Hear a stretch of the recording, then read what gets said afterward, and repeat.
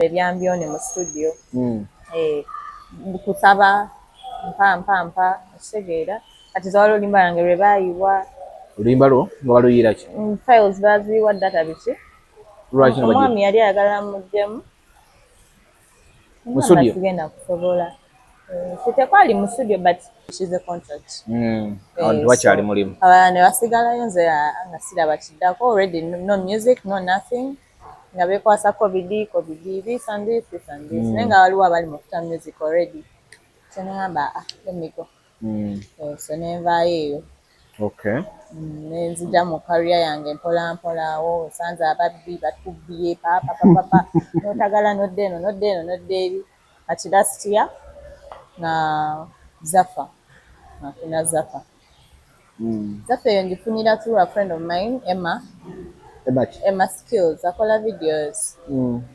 nangamba ninawo boss wange mugagga anoonya bayimbi ate gwe you're talented biki anoonyayo muwala jangu tugende nemugamba ng'ate nange byantama bitandise n'olwo okuntama ogwe oyagala kwitinga okimanyi kati nti osobola ogibeeramu n'ogibeeramu ng'oyiriba emyaka kale emyaka gy'oyiribye nga mingi nnyo kujja bagenda okukumanya ng'ogiruddemu eno wansi nga teri akumanyi kati natuuka nga ntuuseko extent ng'oyabise njabise batubbye muzeeyi buli kamu akataddemu akamazeemu obuntu bwabutunze tunze mizika agaani senengamba balabe nga njabula za taata wange muzikansooke muteekeko ku poozi muziki nakamu kuitinga ndoze emirundi oba emeka so kati awo Emma Najja naye muziki muzimu okera leero ng'omuvuddemu buli mwoyo era ntumya abantu nga gamba mugoni turitaya bazikiba kizibu ojja ritayingayo emyezi gyo ng'egyo pozi ng'olitayinga ng'ogenda mu studio n'obukola n'obwewuliriza nga tokyabuta naye tosobola gaa nti omuziki ng'otadde so kati a friend of mine nantwala mbadde manyi yemu gy'ozunza buli woolagala kofiri erimu kadagala bw'ozunza nedda tuli ku The Truth Media go subscribe follow erinnya lyo gwe Sheem Sheem Mwanje Namwanje Shamim Nasheem you a Muslim oli Muslim Okay. Tuli ku The Truth Media go subscribe follow ndine Sheem Mwanje erinnya yalisalako a lot tugenda kuba tunyumyamu wano na wali ebintu bingi I didn't know nti twakolyako mu kifo kyekimu not until tomorrow wenategeeredde as late as that kati awo tuba tukozesa luzungu mba ntegeeza late obadde otidde eti njikubye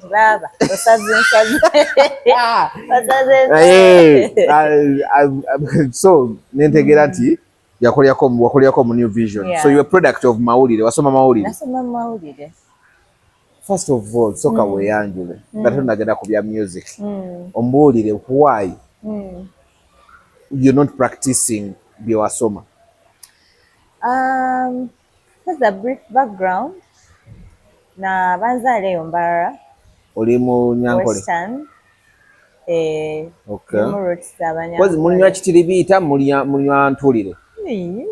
Kitiribiita. Muri ba kitiribiita. Mwe mutaba sukali. Tamba sukali. Entulire ye yaba Kiga. Siba Kiga. Acha ize bajjajja bange bonna side ya taata mama we mu Kiga, side ya mama we mu Kiga. Kati byonna obinywa. Kati nze byonna nsobola okubinywa. So banzale Western and kati mu kukula tetwalina amasannyalaze biki kale nga bw'omanyi humble families so kati nga tulina akaredio ewaka. Let me ask you, you not having masannyalaze, is it our problem? Nedda nti nkunyonyola obadde okukola amawulire omuli engeri gy'ozi abadde obuusi naye isokolite kolina emyaka emeka emyaka kireke naye siri muto ate era siri mukulu kubanga okutegera emyaka omanyi lwaki njagala kumanya why mu era ey'emyaka gyo muba mutyaka temwalina masannyalaze nedda amasannyalaze jjukira byalinga muggula amasannyalaze abannaku nga temuba na masannyalaze okuyingiza omuti oguteeke wako tekeke obimanyi sisino that mboba ekyalo kyaffe tekwali masanyaza amaka gammwe ge gataalina twali tetusobola ku affordinga masanyaza so temwavanga wa baneiba kulaba TV ku kyalo amama ffe yali mukambwe era akutta okumanya omanya nti wavudde waawe waka n'ogenda olabe TV waliwo eyakuba kano akantu kano kaka kali ku lise ne lizimba weri gwe kana kano kaliko yes zerusa to niko jja nnyoko wadde kigo gwe abana tobayisa otyo mundera okutwala ya footsteps z'abanyammwe anyway wamma kati akaredi yako nga kyetulinanga ekyobugagga kati nga tukawuliriza nnyo kati nga njagala nnyo bambi engeri bano abantu gye batuleeteranga kubeera like glued to the radio ne babawa information nga tolabye nakulaba but nobeera nga you updated it was Vision Radio ekyali nayo I think yeah Vision Radio eri eyo Mbara so kati nekyensikiriza kati ate mukulu wange bwajja akola mawulire naye yakola camera yakola nnyo yajaringa mu camera production simumanyi muwala talina emuwala talimu so nekyensikiriza nange amawulire gawaki nange njagala mbeera ekyo kyempulira nakola nnyo ku ddoboozi lyange kalwedde temwakalwaniranga twakalwaniranga kaseti yamani twagirwaniranga lwalinga lutalo tobomanya naye nga kati session eri emu emanyikiddwa like eyakabi Vision togenda gikyusa etali TV ate frequency nga tezisala kudda eyo wammwe nedda nga zisala naye nga kati ngaffe omanyi ng'oludde kaalo keeko byomanyi byebyo ezikaputo zaabangako ziki but ffe nga favorites ekyaga nga bwobeera ng'olina ne wano weziri nyingi naye oliagama nze nfira kweno so kati fast forward nekyensikiriza okukola ki okukola amawulire naye nga njagala radio production nga saagala TV saagala camera nga sigisobola but you have the looks and the voice ati nange tebakingambanga ne we nakola awo ku New Vision nkyani nabagamba olina kubeera mu TV naye nga nze mbaga sisobola nga ndi muti kizotulola mu kamera ngera wenziri bilogu zonna nkankana we bagamba mumuleke Vision wali omwaka ki 2018 bwe mbaseerabidde you're not young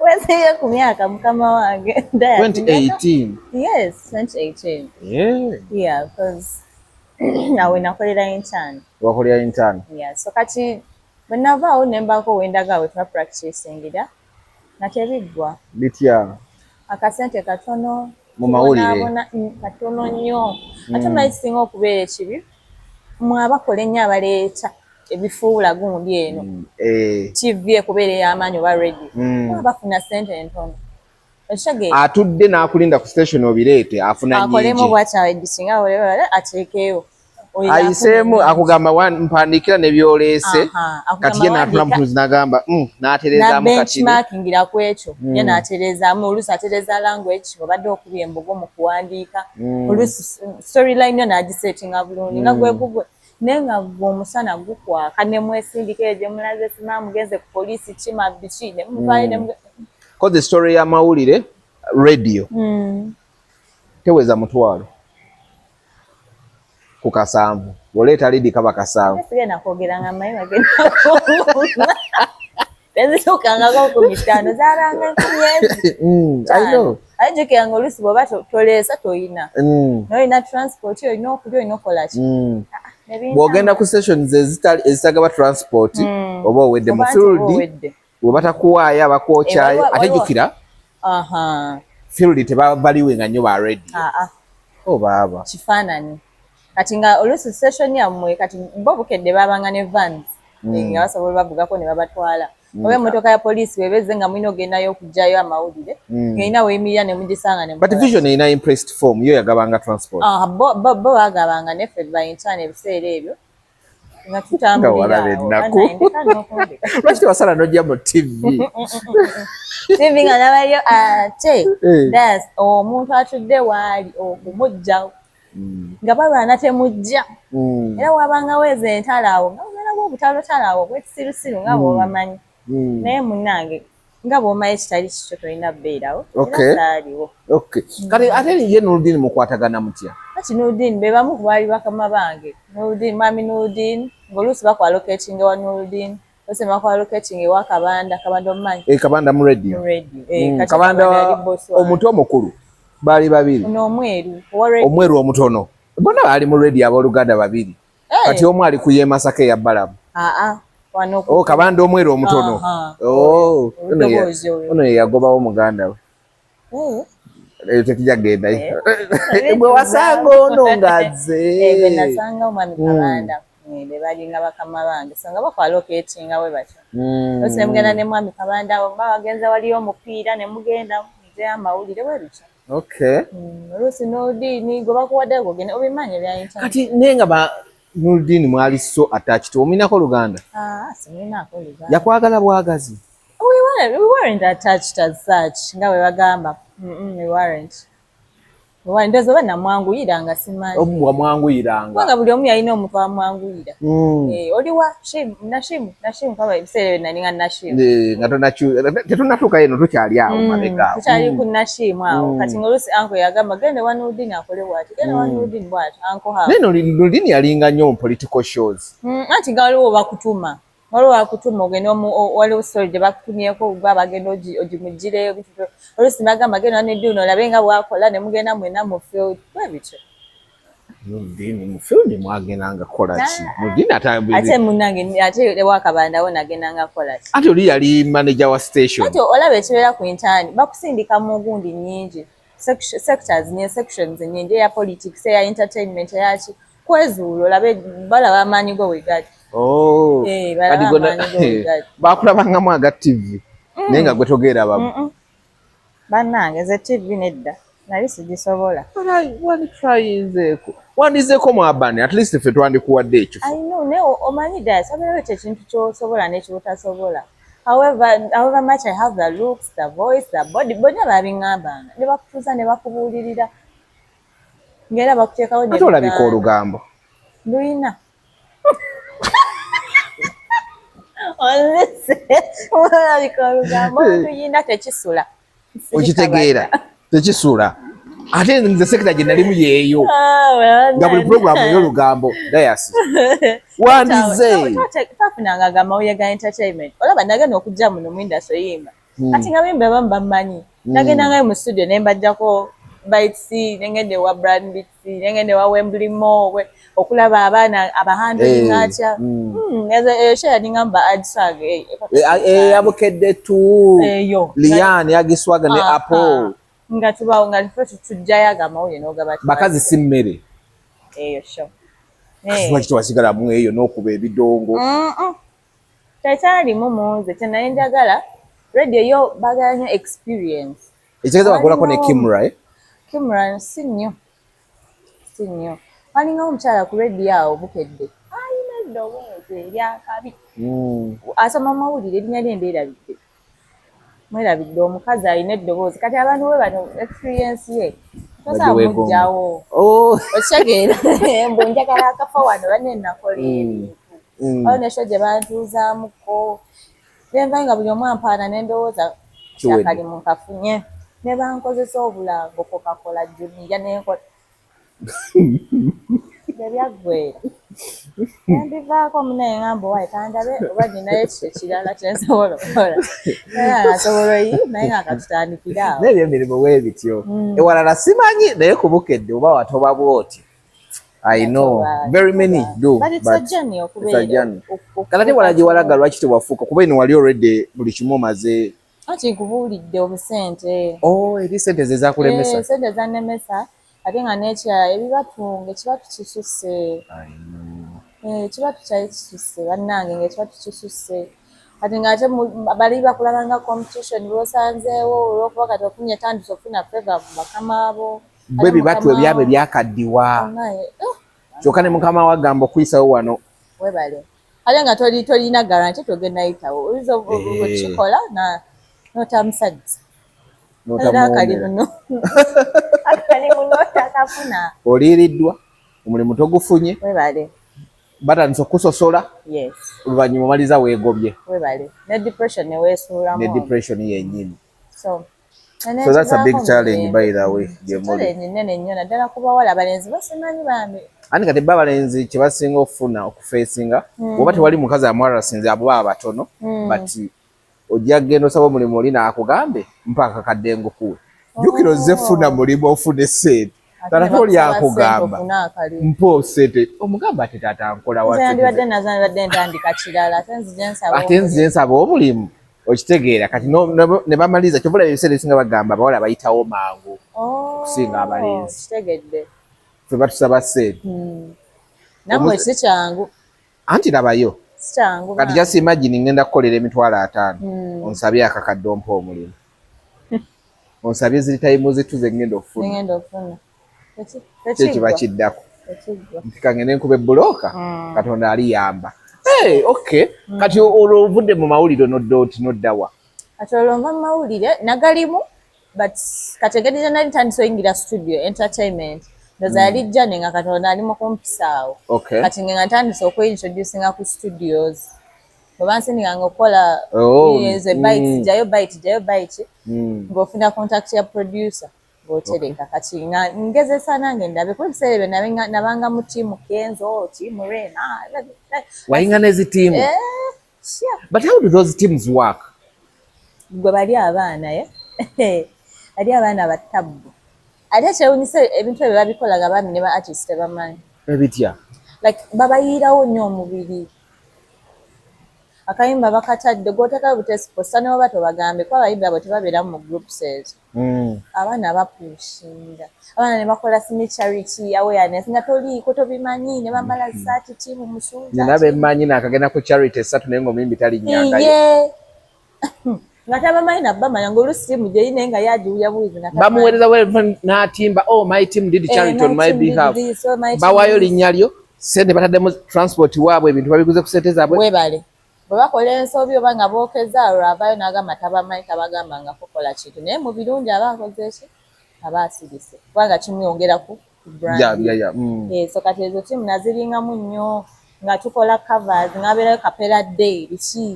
olina okuyimba akayimba komuyimbiwo kati nga ngendanga mu studios kati eyo gye nasanga ku Seymour naye nasinga tandikira wano ewa edidi wano edidi wansi wano enyanama ekidde enyanama awo edidi kyali wange amanyi bulungi era oyo yo muwa ekitiibwa we neezuulira awo wa edidi ogambe okusooka wali mu tiimu ki mu tiimu kibatya zino ez'abayimbi zonna abayimbi bange edda baalinga babiri baalinga basatu actually Kamiri yo saafuna chance kubeeramu twabeerako Lion Islander saagibeeramu naye nga njagala tewamanya ani awandiika nabyalinga mukuwandiisa nga olusikale bateekawo kalinki ddu noyingira mugulu kati bafuna nabeeranga mu yawa Rema ne Musuuza Big Challenge ne Team Rema kati nga mubigatta mutya ate oli yali mukyala ebiseera eri kati kambuuza nedda nga gurupu teri emu zanjawulo nkitegedde kati bwe baawukana mwakikola mutya bagenda okwawukana nga nze navaayo katolo nga ntandise setolinze kati ndi ku kariya yange nga sikyabirimu ebyo bya ttiimu gundi ate nazo zatuuka ne zisasika ng'ono ayagala beera boss ayagala beera adimini okumanya obutalo bwa gurupu oli nga gurupu egwawo esaanawo olw'okuba bali baagala adimini ono ate yayagala beera adimini n'agamba nkivuddemu ne bagiyiwa naawe n'ogendera omwo okwekwana mu gurupu bibaamu kati olaba ku mirimu gyebiri ate mu gurupu andi bisuula gurupu ebyo bigisuula bitya nze baŋŋamba we mubeera mu gurupu wano ng'etandika abantu babala active batandika okwekwana anti zino nomalako omwezi nga temuli ataddemu kintu kisoboka era nakyo ng'olwo batandise kubeera mu mayini box anti ebozi ebaddeyo eno bagizza eri okitegeera batandika okugafuluma gurupu webityo eba kibeera eri gwe kyoyagala oba aliyo kime relationship ojja kgenda oba oliwo lwa muyimbi ife bannaye twakolanga ngo Freedom City nga bagamba kati Rema agenda kukuba alinayo show nga babagamba mwabalina okusooka ku front line like brezi sooka we mu 2 3 nimwayingiranga bwerere Rema nedda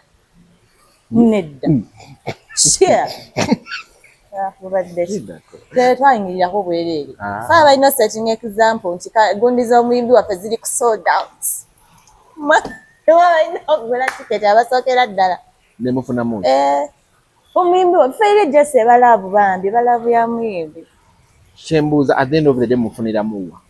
Ebala kati Bambi ye Rema kye yatukolera Bambi yasiima Bambi. N'akola ki? Yatumanya group ye gyeri n'atandika okujjanga n'atubuuzaako.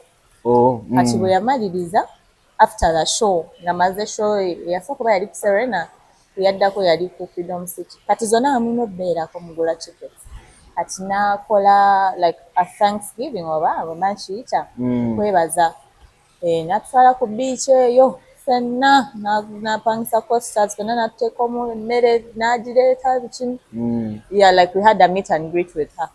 Nga twekubya obufaananyi era juzi wali omwana gwe nalayo yakajje kafaananyi kanga ndi ne Namakulu. Akedda. N'agamba ono omwana atobye. Sinajja yakajje ne ku internet eziikuula. Nnyo. Temumbuuza emyaka gye. Emyaka gye twogereramu. Kalimi kayinza oggwayo kati. Ne kakutuka. Ndeka. Naye nga munaani. Nze kasita ongambye mbu 2018 wali okola intern. Katwala bakola naye intern mu 2000 yagagamba mbuzi. Ng'ate bali mu myaka gyo. Olinayo ku mwana? Okitegedde? Sinayo bantu. Tugenda kukola olukuŋŋaana ku State Square tukufunira omusajja. You supposed to be married. Yes. Ne marriage seriiko myaka. People get married. Seriiko myaka but jjukira menopause zijja. Weebererako emyaka. My God forbid. Tezijja kati. Siri mukulu. Toli mukulu nnyo. But era still akakangamu ekali. Kati munaye nve wa Edidi awo kungamba akinga abayimbi. Okay. Wabakinga muyimbayimbi ki bw'ojjukira? Edidi yakoleranga nnyo abayimbi abatandika. Edidi kuva dda waba upcoming. So bano bagundi bagenda okujjanga ovuddeyo. Palaso. Balingawo ebiseera nedda studio yasinga beerangamu nogaye bamuyitani bamuyimbisanga nga radio oga mayimbanga radio alina obuviiri bwekoyirinze bwe butya mwerabidde oba soja biki sama soja voko soja ali awo bwatyo nenono yalinga mugundi yemu ne the agent pane agent yakoleranga nnyo yes gundi enya ligenze so no radio yamukubanako yamusanga ku studio namugamba lwaki onkopa n'amukuba kali kakyali kange nnyo oyo mutono omuwanvu abo basinga okubeeramu eyo studio naye saba bakinga kuba na bakingako the agent sijjukira bulungi banakoleranga nnyo abato kati gye nabe nengende wa Kuseimu ng'agenze nga namusanga ku Big Talent. Okay. Kati awo n'alyoka yeeyubula n'agenda ku ABM. N'akola ABM. Bino gyembadde ku ABM nga saakulabayo nga bagiggulawo naliyo. Batandise okukolawo na music biki pia pounds. Kati nze naliwo ng'etandika like nga basiiga ne langi bwe bati. Wandabako. Nga baleese n'ebitebe. Kati nze kyandekanga ebiseera ebisinga kwalinga kukola. Sheem waliwo omuyimbi jangu. Sheem kino. Ategezanga nanga Zed gomita zawe right now. Zed yayetanga Zed. Kuba baba banene ku Big Talent. Kati Zed ng'awandiikirayo zawe ng'awandiikirayo. Nga waliwo n'omuwala yaani nga bw'asula n'okusula funa naye yakolako ne ku Bukedde. Yani omuwala omweru ennya ly'envudde. Yali ku ABM? Yali ku ABM. Mwerabidde erinnya saasa biki? Liwadde lize mwerabidde. Yakolako naye ku Bukedde bayira. Yabeeranga nnyo ne Pia. Kati ali nnyo ne Jasmine. Bulungi nnyo. Mwerabidde erinnya. Naye yaliko awo. Naye namusangawo. Nga mubeerawo awo naye. Naye nga nze sisulawo. Nga FIFA Mike atera okujjawo. Siiki. Abayimbi bajjanga. Olweggulu awo. Enkwacyo neeruma. Simanyi kyenkwacyo mukwano. Saagirabako nze. Leka. Manyi bwe ntandika onnyumya n'omuntu abadde mu bayimbi emboozi ezimu ziyitira nti mbabadde ndabyeko ebintu bimu. Labayo. Saagirabako wallaahi. Saagirabako saagala wayiriza abantu. Gwe tebakola ku kire? Kati nze obuzibu bwe nina a mathematic, nina asthma. I can't congest my lungs n'omukka. kati I can't newe kitandibadde ekyo nze olaba nina n'abasmoking omutone gunnuma naye ate tova mu mabaala bikiro nkulaba mu mabaala ng'ebiriwa nze nga banjogerako myerago mbu sinasina wembeera mukwano yani ono omuwala ye Becky ye Jackie Jackie mukwano twabaddeyo ku gundi alabika walabe status Jackie tava mu mabaala Jackie ki mukwano gwange ye mubeera mu mabaala buli dakiika emu bbiri ssatu wowe Jackie okiwulidde batuwaayiriza neze kati bakimanyi kati nze ntandise okuva mu nju when nafuna depression ate what happened wenava ku Zafa depression hit njagala mbadde nga tutuuke ku Zafa Zafa yagenda oba bakuyita kwekaninkirira n'agenda recruiting abayimbi ng'emitwalo 5 neŋŋamba kyentegeeza ya recruiting aba beyond his reach tugenda tuukawo kati omuku ABM owakolerayo ebintu biri ABM na bakinganga bayimbi mostly kati awo same Lwantuuza n'aŋŋamba story yange era teyawukana nnyo nayazawe Lwantuuza n'aŋŋamba Sheem olina eddoboozi nno oba mu by'okusaaga ove mu kulizanyisa mu bino obutwalo 2-3 bwenkuwa okyasobola okukola ssente nnyingi tandika okuyimba ng'akulaba n'emyaka gigenda emyaka bana kyesibyeko bambi siri mukulu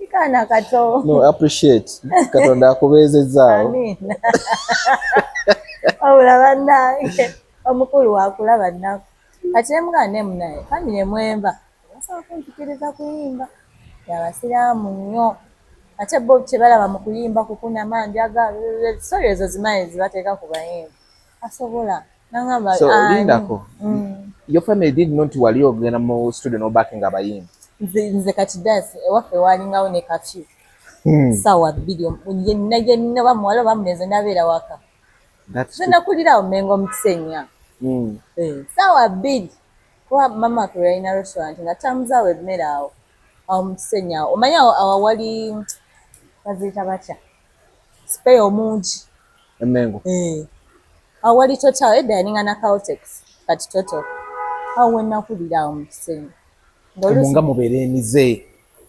ng'egiriwa Bobby kwetunda obwetunda bali buli wamu emize mingi abaana bayaaye mafuta njaga smokinga bukola biri buli wamu kati bilize nali ekololo ngandaba waliwo abaana abawala bangi bayimiridde nalina mukwano nomubuuza wano waliwo stage wallahi natya nali manyi oba waliwo ekibaddewo like onabolaba 2 3 4 oba wano waliwo ki ngooza balinze motoka zibatwala kirabika oba nali olowooza babbaala ebadde ki saategeera like obanga abantu bafulumyemu nangamba gotomayi wano wabeerawo so biri buli mu buli area tebiriiko nti oba Kisenyi oba ki ate kati mwebyo gundi ezo wezito ale pregnancies rapes kyekyenjawulo drugs kati bonna abazadde kati bino nali kivemanyi munnamawulire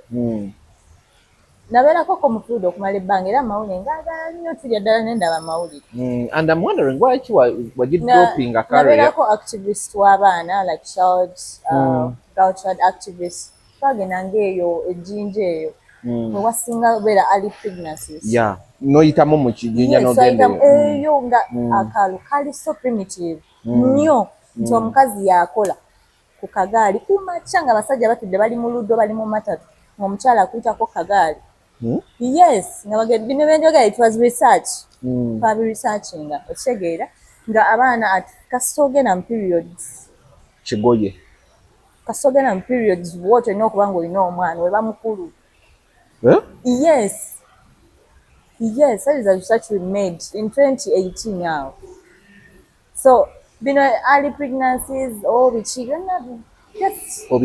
birabye naye tebibeerako area ate n'oluusi kibeera eri omwana omuzadde asobola obeera nga mukambwe nnyo omwana lwafulumye lwagwa mu mitego okitegeera naye nga wabeerawo bano abatuuza abaana baabwe n'abagroundinga nga yo grounded ofuluma nga okimanyi bwe nnebaka n'omusajja kino na kino kyenfuna otaba sirimu lubuto naye mulimu n'abazadde abatunda abaana baabwe nabo mwebali nabo mwebali nga ye yazaala kapita omwana we yagenda okutereeza ekitegeera ekika laba woogwa ku musiru era ne bitatereera anti lwakuzaalamu oli n'ayitamu so munange awo wenakulira so kati Sheem n'angamba ogenda kuyimba n'angamba let me talk to your dad sekanyene taatawo mubuulire mulage example z'abayimbi nakyamu batye taata wange yali awuliddeko nti nnimba ku ssomero kubanga byonna bitandikireyo ku ssomero abanfudde kwaya liida story mpanvu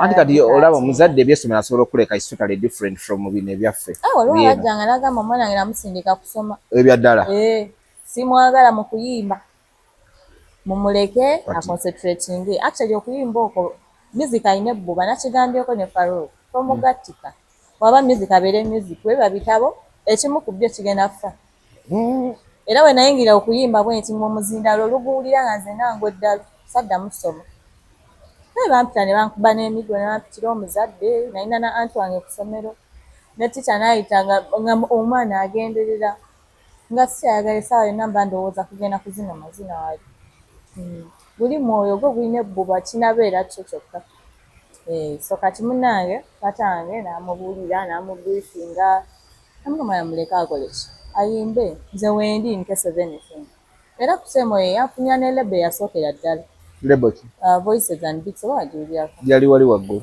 oli ku Nam House gundi yali PR mwe baali bamuyita Gloria Anguma Gloria mwali muleese omusajja nga mujja nga alina obuviiri bwa green yali atintinga enviiri ne muleetako Kent and Frozo Rise of Pass ne muleetako Kent and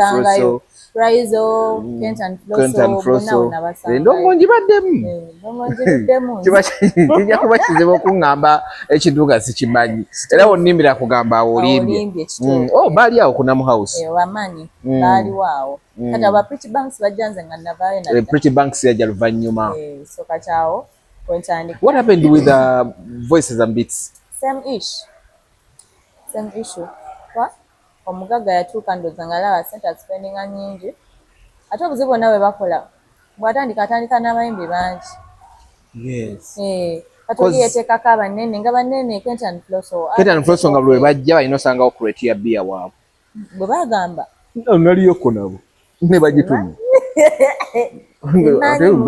ate ye yahayaringa best managers good naleeta Josh omanyi yalinga ku bebe bulungi nnyo apo yaliyo apo ali ku kati bulungi nnyo ku gondi kasita ne apo naleeta ba promoters abali awo abavubuka bali bagira apo yali ko manager wo ngandi ku voices yali immediate manager wo nga buli omu alina gwe bamwaloketi kusana ngenda kuba ne apo omubuuza amanyi Sheem eyo nga yabona yali ere ezze but I think the problem n'omugaga yali yeeguya abantu baleese abayimbi kati bonna ekizibu actually bonna ze bensanze lebo zonna ze mbaddemu kizibu kyabweta baleeta abayimbi bangi omulundi gumu ate be basinga oleeta banene that was 2002 2001 eyaki voices and beats ndeka munaye 2001 ali muba mu pitch nali sina natandika soma oyo wesibye ku myaka gyake tayasondi bubi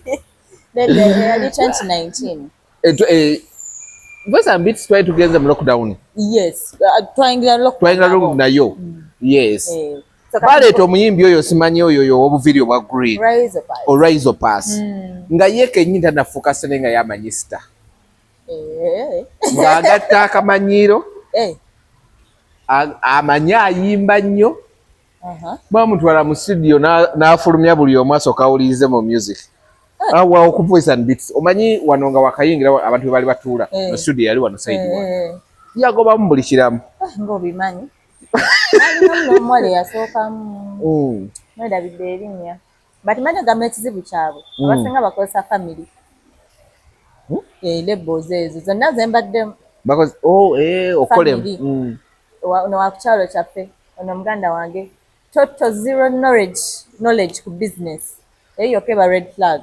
ekyokubiri baleeta abantu bangi omulundi gumu osooka n'okwata omu n'omuggusa olaba ekintu kyange sikyekola soka nafuna omuyimbi waayo kumala emyaka ng'egya nemanya nti kati gundi annyikidde atuleete omulala tebayaringa nti olwokuba balina fans or what tosobola mmalako ne bwoba ofa buli omu nidize ziba nnyingi kati ffe twalina kati nga kuzafa we had Bini we had Doki there is me tuganatuuka kuzafa yakola amanyanga mangi kati voices yalina Kenti yalina nze yalina Rezo Pasi yalina ffenna omulundi gumu and Bambi nga naleeta akawala akali akakongo nga kali kazanyira mu bandi ya solid band nekaleeta akawala kali katono nga kayigira okuyimba kali kayigira ku KPS wano n'abalokole ndowooza kajja ovuddeyo ndowooza kajja gw'ovuddeyo gwe nasanga yali ava palasi ojjukira omuwala gwe yasayiningako omwana akatono ng'ovudde ku Jowiranda kawala ke yaddamu sayininga kati Voices and Beats yakabba n'ekatwala kati nze gwemanyi nasanga yakabawo ndowooza ng'emyezi yali wangulu eyo from Northern naye nga wagita nnyo like soulful music baali yali avuddeyo kati ng'anoonya omuyimbi omuwala Sheem n'agamba ninawo Sheem bwetyo bwengenda ku Voices and Beats so ne Sheem yakuwa transfer ku Sheem yakuwa transfer ne contract n'agiyisaamu n'agamba I think good to go naye bagambe wetagamu nakino bakuwa sign on fee abasinga tebazigaba nalya ku sign on fee yaabwe nkugambye nti tebagenda mumuyisa nzi oba Bini tebagenda mumuyisa nzi atandika ekitegeera kati bo babakulaba nga abakuyamba bagenda kutandika Rezo Pasi abaguzisizza emmotoka osimanyi biki yeta atambula ne crew Rezo Pasi alina emmotoka bamufunira kigundi kiva nekyamutambuza twalinanga koste tutambuza yabangaemu kati wakolyayo nyimba ki ku gundi Voices and Beats zonna nga bwe nazikola tewali saaba nagenda n'ennyimba already nze okugenda ewaabwe I had like over 10 songs not released ate bwe natuukayo ate ne Doki naye najja nze yabatwalira Doki ku Voice yes Doki yagerako ku Voice Dr. Brain ate nabo Bambi baali basoga kyokka neeri gye mbadde babadde basoga sooka olindeko Doki nno kamunguluza ajja muluma nedda Doki nze namutwala nga writer wange azunga ebiseera ebyo nabagamba omuntu gwenkola naye gwentegeera ye Dr. Ennyimba zensinza obeera nazo zesinaba kuta zonna ennungi za Dr. Brain so you can have him as the in-house writer ate nabagwamu nga basoga banne biki so ne bakkaanya ne bamusayininganga oba nga writer so naye Doki nali naye awo ku Voices nekyali bembadde ndaga nga Doki musanga sooka olindeko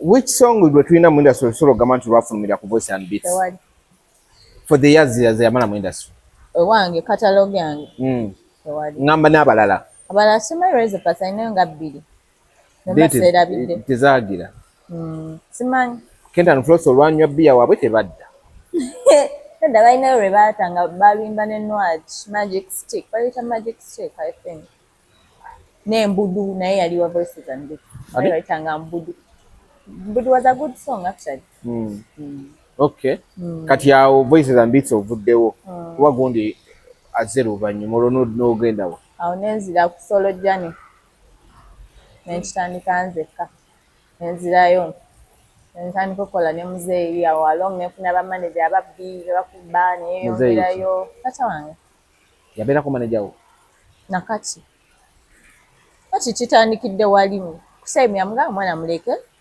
gwe have her in your hands guide her biki ng'olaba endongo engeri gye mugenda ogitambuzaamu so okuva awo n'abeera maneja wange kati awo taata akatandika otambula Sheem n'aleeta Voices Voices wekyagaana after like 1 year of doing nothing literally we didn't put out music photo shoots nothing n'ennyimba ze twarekodinga ne Doki tebaazisasula kati Doki naye n'amala n'ennyimba ze kale bannange byaliwo ebyo yali azze n'akasente bwe buzibu industry n'ojja ng'ogyetako ebbugumu ya ssente nti oba owedde abasajja tobalabye abalembedde nga aziina ebyaddala nebigamba abaana ne bakulaga nti bazirya ate n'otayitawo we bali kati wabeera wajja nga talina kyokka ne bamuwa alina knowledge anti yaba ne knowledge gamba wano tebeetaaga ssente yakukubisa magezi abo bamaneja abo individual bajjeefu abo balala knowledge wabwe mulala nnyo eno industry gyaba si ya ssente nga abamu bwe balowooza. Singa bwe kibadde singa buli omu sita. Abalina ssente singa basita. Singa buli omu sita naye gwe tunuulira bonna baki. Wowe otunuulira buli akikubye n'otunula background ye nga akasente akafunye later. Magezi. Magezi oluusi bafuna kati nga asobola okusanga oludde mu industry. Nanga nze ngenda beera manager kati gwe oba omanyi ani gw'olina okuwa ssente ne gw'otayina. Kituufu.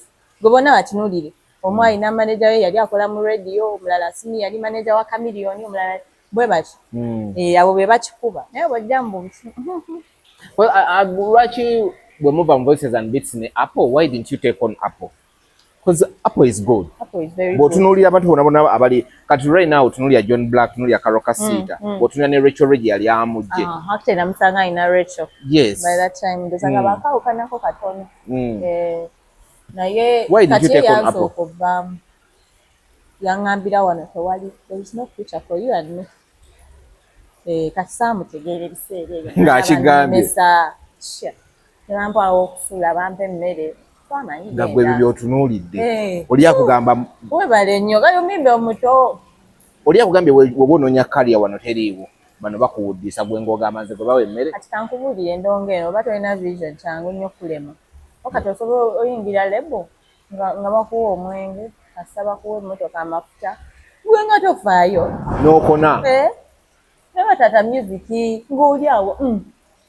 Alo banaye rent nga bateekako, amafuta nga bateekako. Tugendako out leero biki nga babateerako ssente.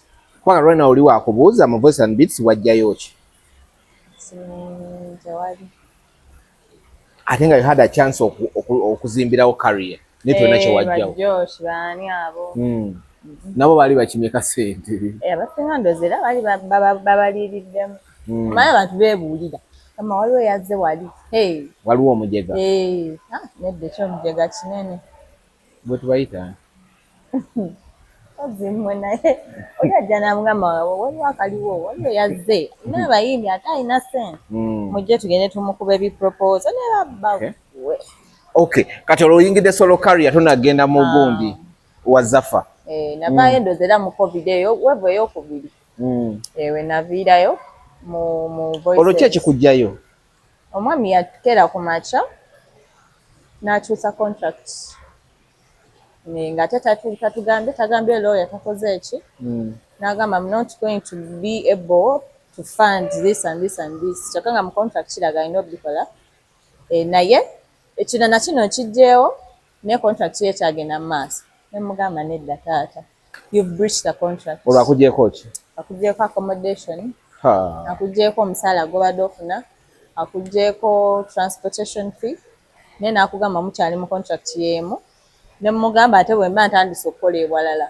Kize tebinkwatako kyenjagala wenkuyitira oba nga wooli. Ngamba. Kati initial contract yote bwe yali mu ntandikwa bwe bagireetera. Ne tubikyusa lawyer nga azze ne tubagamba ne bakkiriza. Ndowooza waliwo yamuliramu n'amugamba wano mu kusayininga gwe baleke kkiriza kitambuzeko emyezi ng'ena. Later obisazeemu ajja kuba talina kyakukola wabula okujja kukola bw'ati. But me I'm smart. We were smart enough to not breach the contract. Wakyali mulimu. Abalala ne basigalayo nze nga siraba kiddako. Already no music, no nothing. Nga beekwasa COVID, this and this. Naye nga waliwo abali mu kuta music already. So nengamba let me go.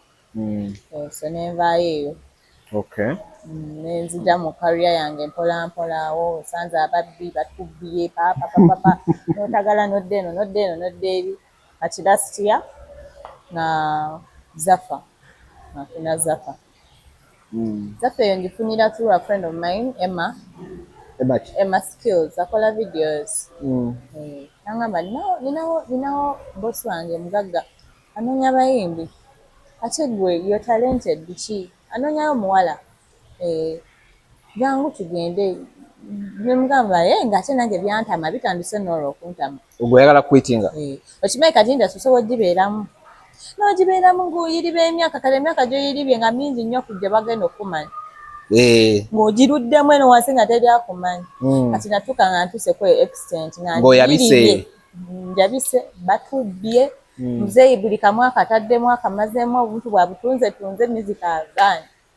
So nengamba balabe nga njabula za taata wange. Music kansoke muteekeko ku pause. music nakamukutinga ndoze emirundi oba emeka so kati awo Emma Najja ne music muzimu okera leero ng'omuvuddemu buli mwoyo era ntumya abantu nga gamba I'm going to retire bazikiba kizibu ojja retiringayo emyezi gyo ng'egyo pozi ng'oritiringa ng'ogenda mu studio n'obukola n'obwewuliriza nga tokyabuta naye tosobola gaa nti omuziki ng'otadde so kati a friend of mine n'antwala ku Zafa etuuka ku Zafa omwami n'angamba already olinawo ne music wo mulungi you have your accounts already like you're doing good so awo ntandikwa weeri polishingamu just kuteekamu sente biki n'ambulira n'ambuuza obuzibu obuliwa biki nemugamba era ye lebo yokka ndooza byagana buganyi but wenafiiringira ng'omuyimbi bantu prioritizinganga woosula emmotoka ekunona kutwala mu studio beerako abakutambulirako oba otuuse ewantu the first come bo ne bainspectinga biki bonaatuula biki ebintu bwe bityo so he made sure abaami nga abayimbi be bali catered for naye waliwo abaamu divertinga awo nebamukyankalanya so n'atamwa endongo n'agitamwa n'asooka ate agenda alina be yatulekera awo aba nannange embaga yali wali buli kimu kyakyankalana buli kimu naye ye siina kyemumwogerako oyo omwami bannaye Hajaroona siima musiime jasibya nabaddeyoko nendooza omwezi oguwedde nagendayoko kuba nabawa termination yange baagana ogisayinira maybe they thought I was just being like emotional nomanya abawala kati Zafa ekyaliwo weeri n'abayimbi gye bali babini babiki we bali bini jaja kyali mu Zafa as far as I know ate brain yasooka ovaayo nendyoka nzirako brain yayawukana ne manager we kati saa zino manager ali ne taba nerinnya lwe linvudde mu mutwe kata ava ku kata ono saawa zino ali ne Baraka ne Joshua Baraka yali ku ground akola ground work kati ono baali baludde Runo yaliko manager we baali baludde nga bali bati nabwe simanyize mbadde mumanyi kata gwalina kati sikyo Runo gundi azayininga ne Zafa nga Runo tamanyi maze Doki namusangawo Doki jukira babagenda okubeera Runo Hatman Doki bikyawona Runo waali bageze musaga y'omukazi oyo webweru simanyi bakoze biki DJ bane baludde bonna bwe bati kati ekisinga osesa nabalimu baddoki nnyo andi naye n'olimba lwe bampandikira babiri nga bakyali Hatman eyo nasaga y'omukazi ki yabaviirako okwawukana kati batuuka Doki bano gundi bamusuubiza n'ekivvulu kyebali bagenda omukolera abo abazafa bali baagala okikola simanyi waabwe kyakoma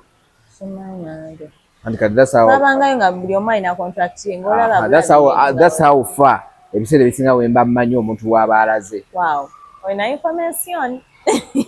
bamusuubiza ekivvulu bamugamba neko n'akasente yajja nakyo naye kyekyasinga obbawula naani ne Hatimu aba tamanyi oli byagenda kukola bigenda mu maaso olagamba yii omuntu gwe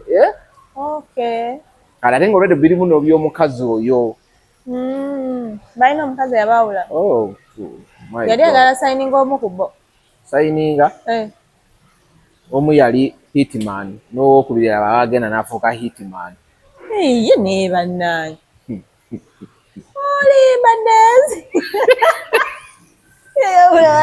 olimba twajuka ne mu mbozi mukati kale ate the worst of all ne DJ waabwe n'olugambo olwagala okusinza ennyo olugambo lwagala muggo kakati ebizibu bijjaawo kati bigenda bijjamu n'ebya Zafa oli asayininga Zafa nga munne tategedde nga bamugamba bagenda muwa ne kasente akawerako ak'okuteeka mu kivvulu ekyo kati ate Runo agira nze ne interview ye nakola ku doki ng'agenda oyingira Zaffa olwo yagamba mbona agenda kuwandiika ennyimba ennyingi nnyo abantu bagenda okuyimba simanye byabwe nze luno ye yamuleeta wendi Bambi okitegedde Bambi n'ebyo bibeera mu ndongo abantu bakwatagana ne baawukana ne bagatta ne baawula mukama nekyali ndongo mukama paathi aba yagitegeka ogenda yite wa dayasi ne bwe ba wiiki ogenda yite wagundi egenda ne weziba nakati nze ku Zaffa kye nalina okujja kye najja era navaayo wakolerayo ennyimba nakolerayo ennyimba ku Piro and love erinnya nagenda nayo bashootinga video n'endala ze nakola baazisigaza already bali bazisasudde that's good. Totally funded by them so of course bwe baliyagala balizifulumya bwe baba baagala ozifulumya of course they have to consent naye bwe baliyagalira basobola okuyita ne mukuula basobola okugamba omuyimbi waabwe azimbe gwe balina basobola okufuna omuyimbi omulala n'ayimba Biki akyaliyo tamanyi biri namusangayo we nagenda olaba haji yaliyo kyaliwo ku Zaffa kati saawa zino oli nani saawa zino it's a team now like China Lebo Mbobachi but it's a team now but my ground manager right now Nkola ne Samora onwa sports kati mugenda kata mutya sports n'endongo ate yawo byebimu empozi abeera ne nights ate era byawukana so manager aba manager oba alina sports oba alina ki bamanager aba n'emirimu gyabwe emirala but still obeerayo naye n'ekirala kyosobola okukola kati kugwe naye ani ateekamu like saagala kudisclosinga bintu byaffe wano but nga wengamba waliwo tiimu si yekka aliko but right now muzeeyi akyaliko ku tiimu kwali n'omulala kuliko n'omulala muzeeyi omubonyaabonye eddogo geebonyaabonya bizinesi agiwuliddemu yegisandozo nakufemure bw'ogambye nti muzeeyi mwagi engeri gye mmanyimu endongo musaasi bavunye ne bawemula n'okwemula okimanyi nti osobola okugenda omuntu kagwa omusasudde akukolere n'akubba ate namala n'akuvuma baatuvuma kati waliwo omu gwe saagala kugeranya naye yatuvumula bw'ali awo alina n'omuyimbi gwe yawukana naye mubbi era alina gwe yadayingidde awo gwe mmanyi namugambiddewo kakana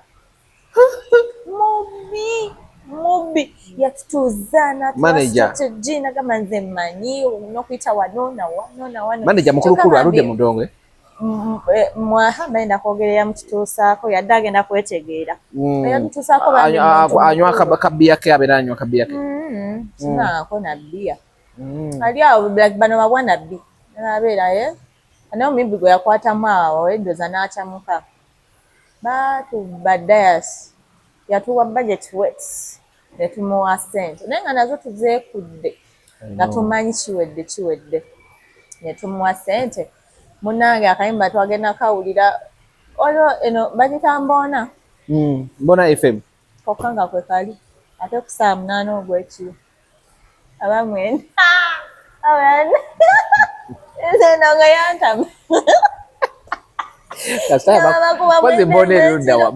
Mubende I think eyo yokka Bambi era mwebale Bambi mwagezaako bo babasasula bayinzako nabo babanja ndoza nabo tebabasasula simanyi kayimba bannange waliwo badeke Mubende sibeeranga naye simanyi nawe olutanga ogenda kale bakayimba gyotabeerangako webale kayimba ako bakayita sewana ketwali tutaddemu ebudget rate tekakola after like 8 months nenkola clip ya Papa Miss Haji cover ya muzibeewo kati wenakuwa muzibeewo banotana naye bakitoyimba kati nga bantu babagamba alinawo akayimba biki kati ate nanga papa naye ndonsinga Papa Miss agamba mwana wange alina akayimba kapya Bambi mumuwagire bakayita sewana akayimba ne kasituka nasaddemu yadde n'ekikumi awo akateekamu ezasooka zirya nti bazikumala emyezi 8 nga gyekadi naye nga mba wano wekasitukira nekatandika okubateekamu naye radio batiktokers abanene nga balabala onto the song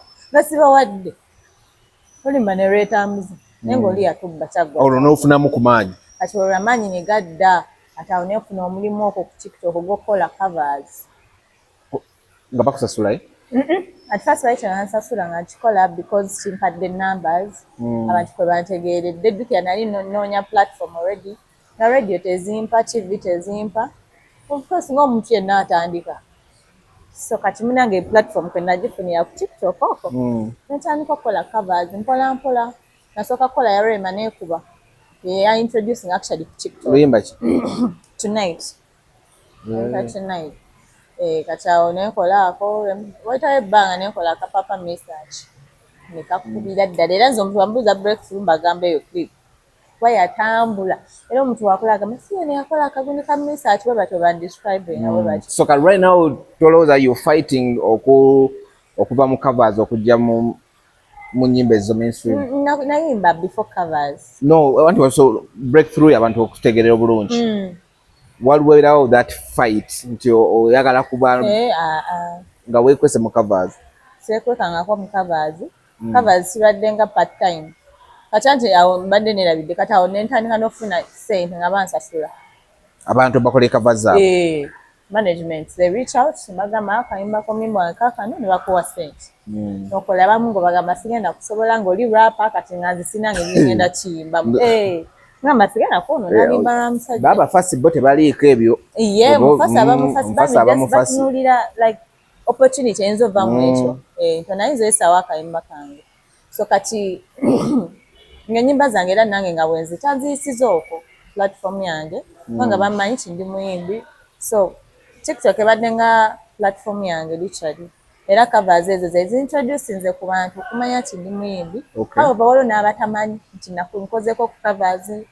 Katonga right now bamanyi nnyimba. Tebamanyi nti mbaddeko na muyimbi. Kati waliwo abantegeredde ku luno. Waliwo abantegerera ku lwa research nga tebamanyi nti ninayo n'akayimba. When you like your voice, people mistake you okuba nti noli Trace Melody. Okiwuliddeko? Sieka. Bangi ze ne bwe nali ntandika Joshua oyo. Joshua mmanyi. Joshua omunene. Dioku? Joshi. Joshi. Yali ku bebe. Yarananga nnyo n'angamba mpulira oyimba nga Namakula. Sikyagala. Like ze bazala nyimbisanga eddoboozi yange kkulu. Kati ze banyimbisa ate kirala siyimba. Okulalikula. Siyimba bubi kati. Omuntu wawulira nti oyimba bulungi yabaako n'omuntu amuyimba bulungi kati gyakuteekera. But this time remember contributinze nnyo ku gundi Trace Melody. Kati genda olabe comment section y'oluyimba ojja nakuseka ofe. Mulimu Angela Kalule. Katikitiki. Mwali. Mulimu Rema. Totulage ebbeere abantu bakugirako kanjira katikitiki yadduka atulaze ebbeere ku social media.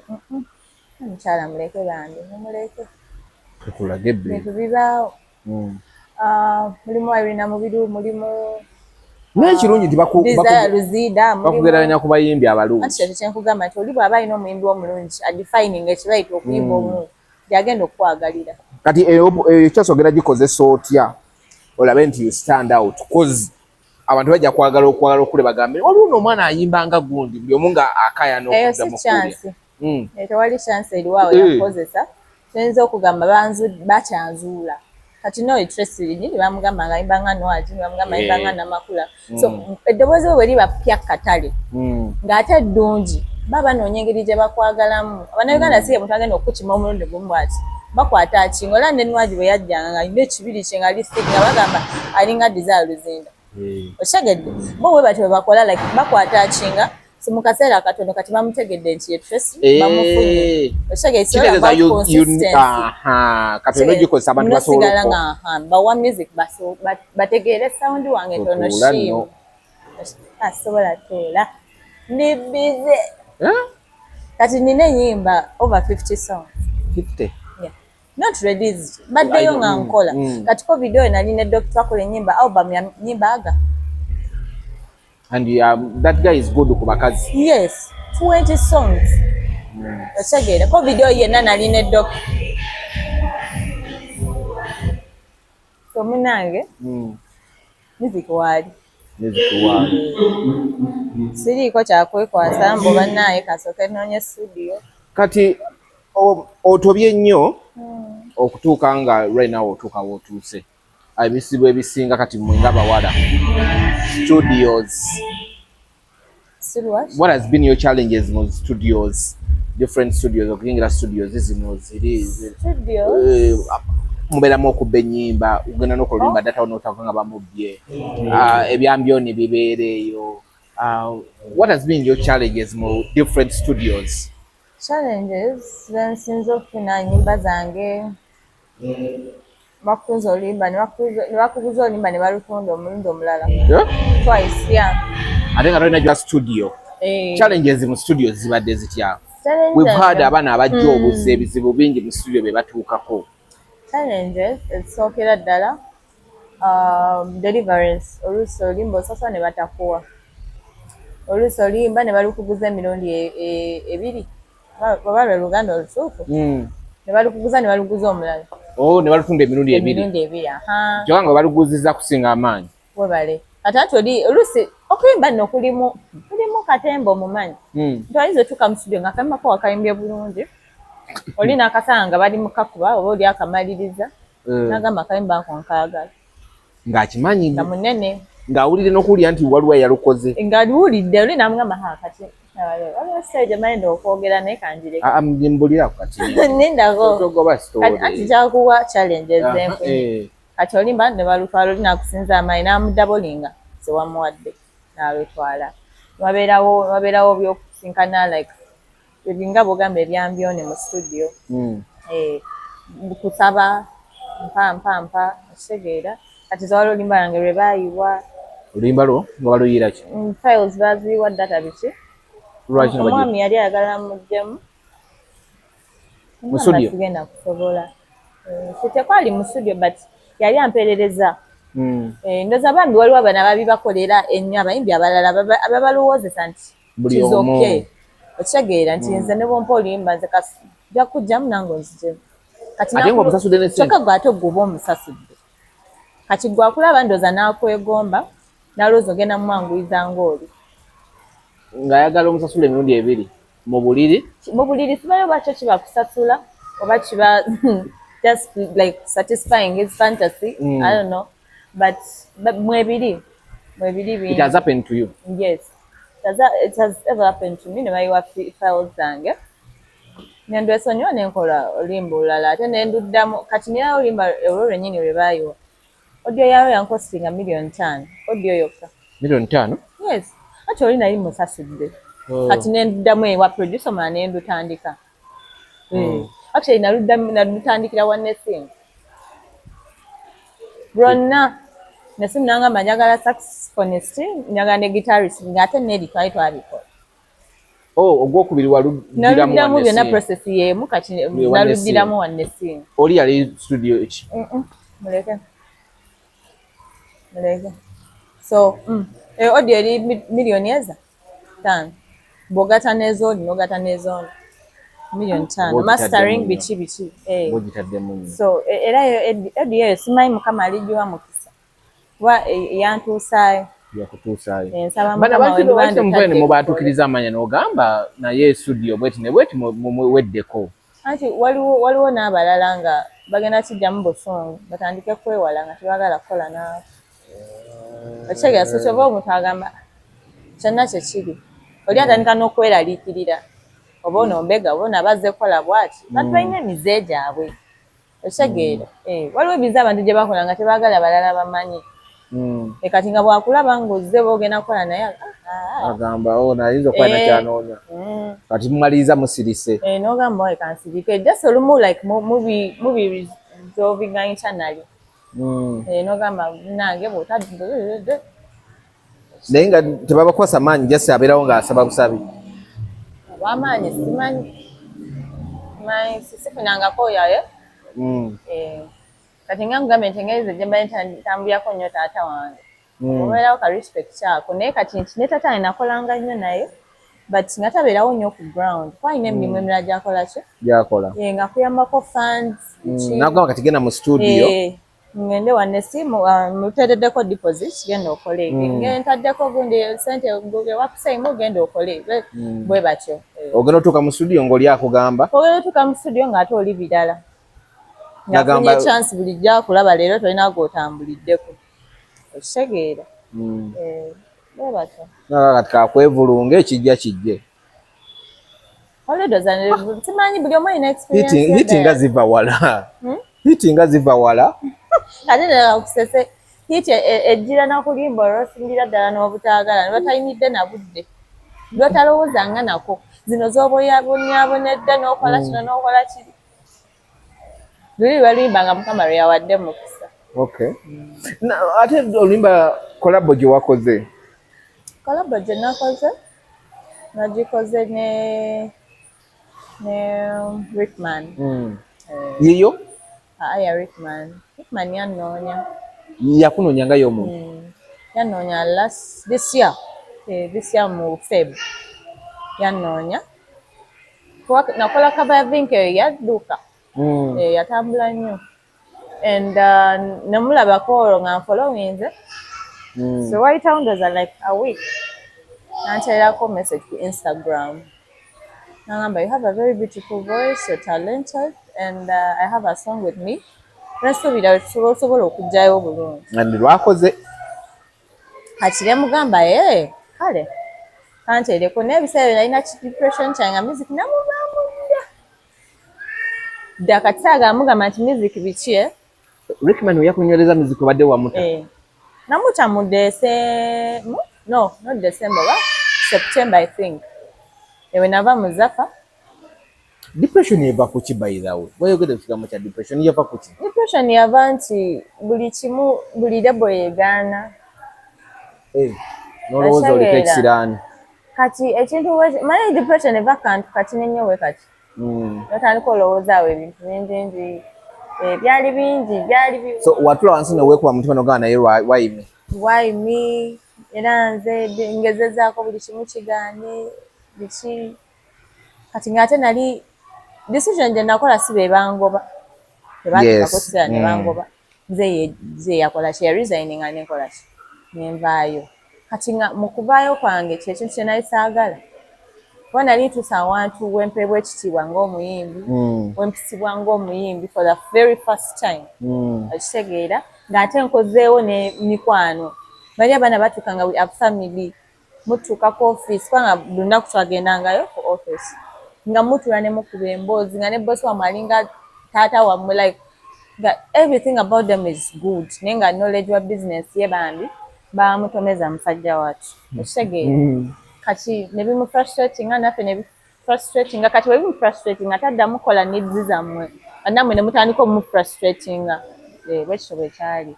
So kati nga mpulira ennaku nti omusajja ono yanzikiririzaamu yampa chance kuba teyannunya buli kye namugamba mu contract yagamba kale okitegeera. So nengamba omusajja agenda kunyiigira I'm going to lose friends ebintu ntubwe bityo neweegoba kennyini ze yatuula nengamba kati olwo n'otuuke wakati ne bikutuulamu bwe namala okikola tantuulamuko kubanga waliwo expenses zaali nyingi lebo ze yali entaddemu bo baali bazisobola kati nze bwe navaayo nazisigalamu kati ne bintama nenga music kammote kanconcentratinge ku kirala kati awo Bambi Rickman wajjira those are like after 2 months of me putting out a statement into music those are yagiraba najiraba kwa singa yagiraba you posted nti gwe ne music mwawukanye wuuyo baadde bakwatidde mu studio wuuyo kugamba n'otuuka n'ogamba nga mu studio yaddamuko wakati tosobola kunyimiriramu n'okola ebyo nonsense so kati munnange n'ogamba music wallahi nedda nengamba nenteerako muzeeyi mugamba Rickman ayagala tukole naye nze sikyayagala sagala mugamba nti nabika kankuwa ennamba ye mwogere naye nagamba yanoonyeza muzeeyi yali mutuufu anti was also Bambi yatuuka ekiseera ekintu ekyasinga okunsula mu depression kwe kugamba tatange nti music mutadde kyekintu kyasinza ospendingamu sente ze nnyingi kati nga nnoonya approach entuufu okugamba omwami oyo sente zo bwento bwenzikoze ezitrashinze okitegeera so kati ekyo kyekyasinga okunsula mu depression teyanyite mutatange wampola nagamba kyesinga okwagala olaba gwe ng'oli musanyu music waba atandise okuwa ennaku bw'okuba nga okuva mu music kyekikuwa eddembe I will support you mu birala. Kati bwe yawulira ndowooza nga Rickman anoonyezza. We okola bayite genda abeerawo. Nani ng'ani? Naye yakiremerako ne ngamba, ndowooza for the last time kankolere taata wange. So kati naŋŋamba, naye namugamba n'oluyimba nduwulira naye lulwe. Mpulira nga Rickman manyi bw'ayimba like vibe, kati nampulira siyitawo. Oyo vaasi y'oluyimba olwo gy'ayimba esookera ddala gy'ayimba mu luyimba gye nalina oyimba. Oli nsonga endeetera okuyamuyamba ebiki singa mpulira sigenda giyimba bulungi nga yeetandika oluyimba. Ne mbagamba neetaaga writer asooka atereeze. Ne kati ate nga soba naye mugamba anoonyeza mpadde oluyimba ate mugamba ati kati tugenda tutereeza. Ate munene ku nze. Naye nefuuka challenge eri awo.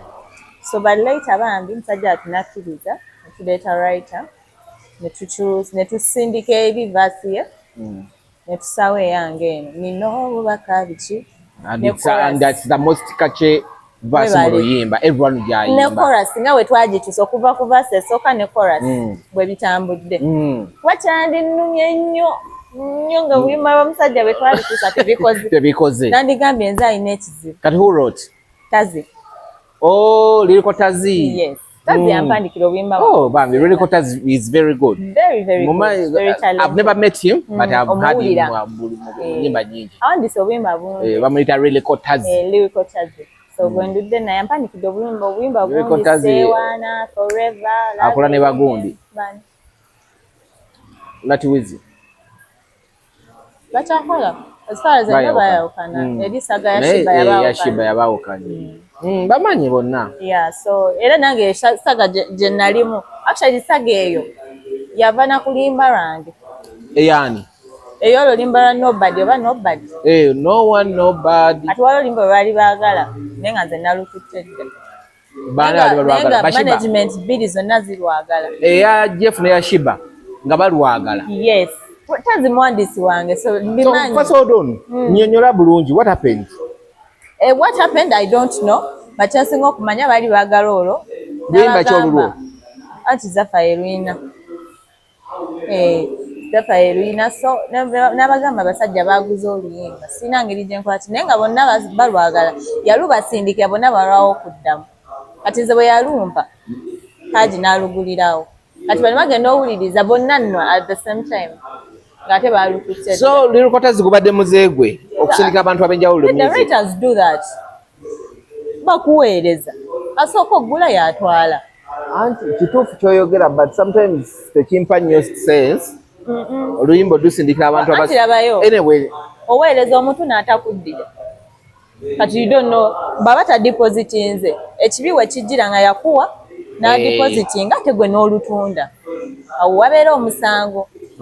Ne kati nkuwadde tonziridde simanyi oba olwagadde oba tolwagadde. Oluusi tobifudde nakubikula church. Nze nga mpeereza omulala. Kati wagaana obba wa ddata w'olulwo.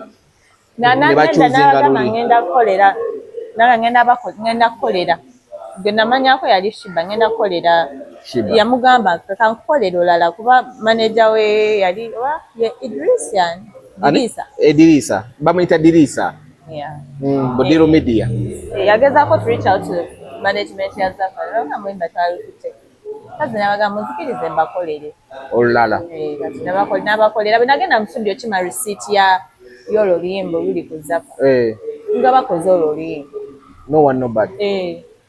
Kati gwe from the word go? Demo wali omanyi egenda wa Shiba. Why you not shocked okulaba ate nga ne TNS eruka? Kyewuunyisa n'okwewuunyisa. Demo nagiwulira wa yani Devi. Big Devi. Ngenda ku studio kola ku Piro. Olimba ndisanga wanne simu era nobody. Njokera nesimu yakolera Shiba then Big Devi n'akola demo initially omuntu yakolanga demo za Tazi yani edinya lye Latiwizi kituufu. Kati za demo nagiwulira nga bagiplayinga n'agamba Shiba namumaliriza namubuuza abasajja wabakuze n'agamba ye Shiba namumaliriza namuwadde kano. Kati nze kati nvaayo tugende wanne simu kola ku Piro. Ate osanga ya Luyina. Namusanga lwaliko actually. Namubuuza olimba lwanga nagamba akayimba kashibanga kalungi. Namugamba atusse. Dika ebiseera yali yakola ki? Yakadda. So kati I was shocked ate okulaba nga neze nali mmanyi. Wali omanyi ki? Nali mmanyi kubanga saga nagiwulirako. Yali eva kulimba lwange ebyo byoka bisaasaana ndowooza nalwo bwe baluwulira. Kati basala oluyimba walufulumya abantu 3 ne Latiwizi naye yalufulumya. Kuba ne Latiwizi anti kakati we byatu confusing. Ne Latiwizi wamala voicing oluyimba awulira nga lulungi ate naye asasula. Nenga oli yali akolanga demo z'oli kwanza demo zonna zembadde. Anti era yakola demo naye wakola demo ne lumunyumira ate naye yalusasula. Yuka naye ayina manager we Mickey. Anti kati nze ate nayogera ne manager Mickey. Ye manager wa Latiwizi. Anyway. Ebintu byammwe no si byangu. Badde bayira ekyo badde ngamba nti mu industry bibeeramu. Bingi basobola kati ze producer asobola otunda olimba n'atagamba right. Kituufu. Kati ate ne writer n'atunda ewalala ngono yaluwadde mulala. But anateekeddwa okuba nnyini luyimba before. Nannyini luyimba ye writer. Kuba yagenda n'osasula producer. Producer bw'aba alina gwaluwadde alina okugamba writer. Tegeeza baproducer babba ennyimba z'aba writer. Kibi nnyo kye bakola. Omukompoza w'oluyimba eyalutandise.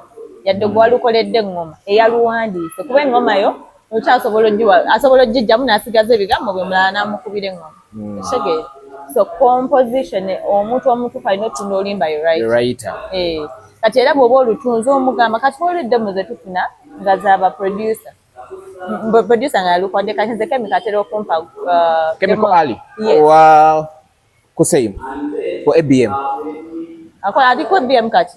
Chemical akolerayo nnyo. Chemical akolera abantu wangi. Akolera wangi naye ennaku zino atula nnyo. Ali mobile ewomwe awajja weewa. Chemical kakuba. Nnyo. Chemical kuba. Ddala. Nnyo. Kati nze aso ampereza n'angamba waliwo olimba bano bakoze lwakabi.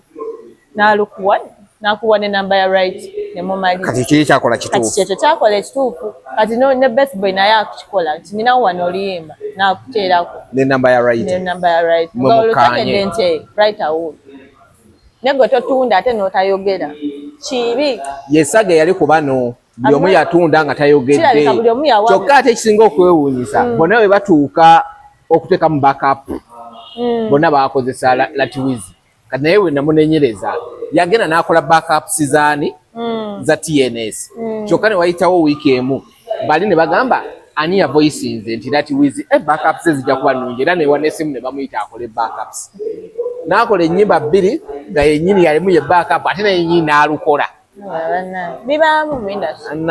Anyway. Kasita byaggwa.